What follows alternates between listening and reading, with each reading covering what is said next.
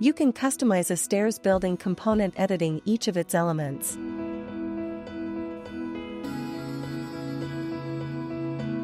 For the ramp object, you can define width, the number of risers, and the length of the treads from the Properties toolbox.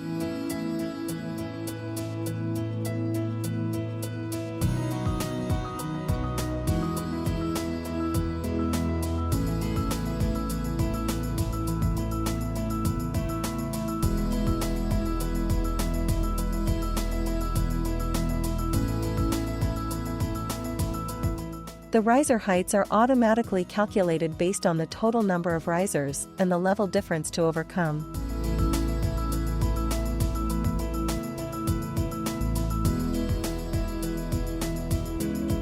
You can further customize the ramp by editing its shape.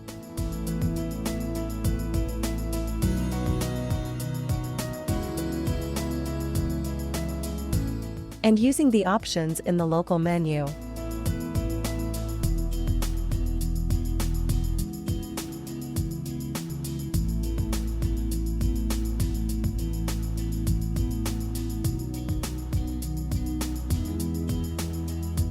For the landing, you can define the width and length.